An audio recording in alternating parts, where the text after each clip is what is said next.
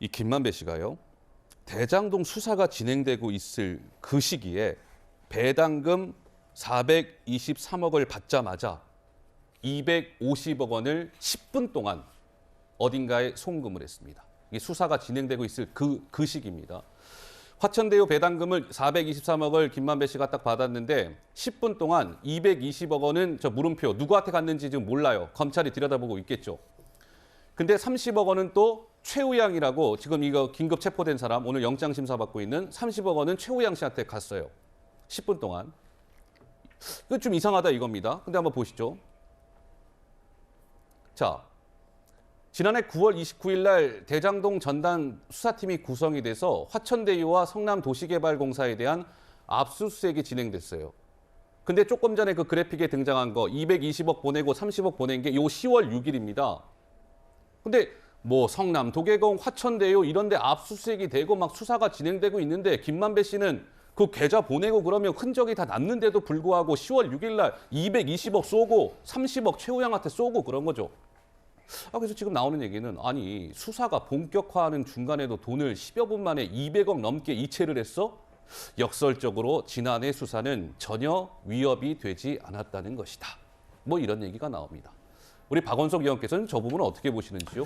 근데 저게 이제 계좌를 통한 송금이잖아요. 그 기록이 다 남는 거고 검찰이 계좌 추적을 한다면 몇 개의 계좌에 누구한테 보냈는지 아마 확인이 될 겁니다. 근데 상식적으로 생각했을 때 자금 은닉을 목적으로 뭔가 돈을 감추려고 했다면 그걸 계좌를 통해서 했을 것 같지는 않아요.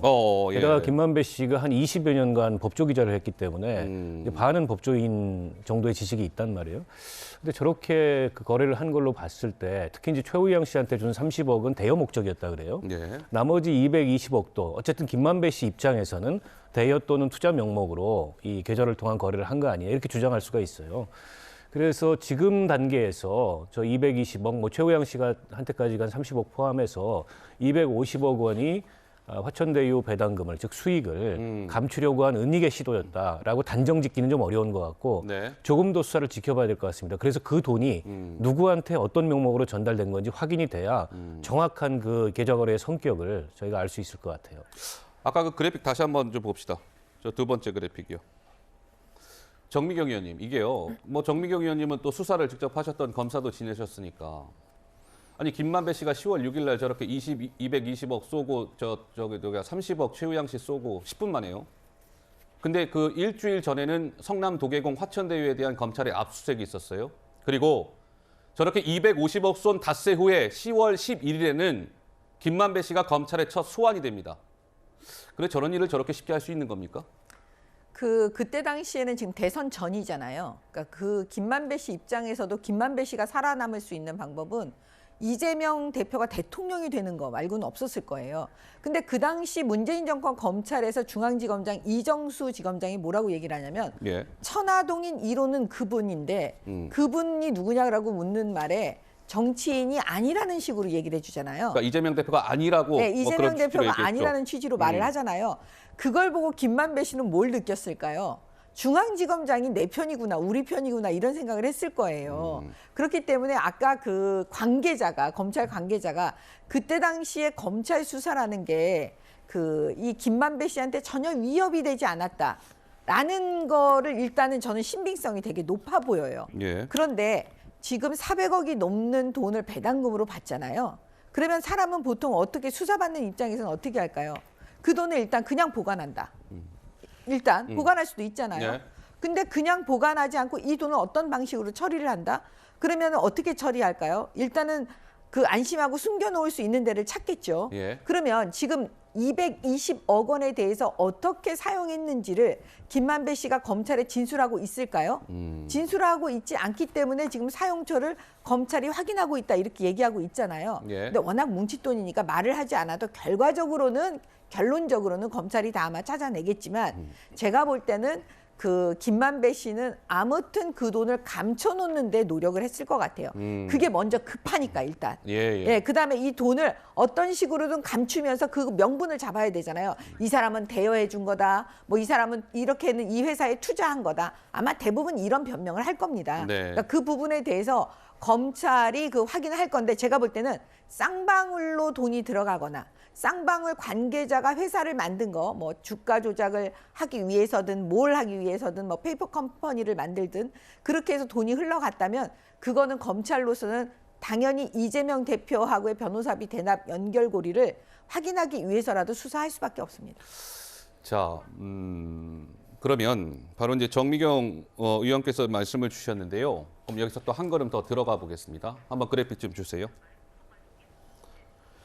자, 이한성 씨, 최우양 씨가 제가 몇 번 말씀드린 것처럼 오늘 이제 구속영장이 청구가 돼서 영장 실질 심사를 받고 있습니다. 오늘 밤 늦게나 내일 새벽이면 저 두 분의 구속 여부가 결정이 되겠죠.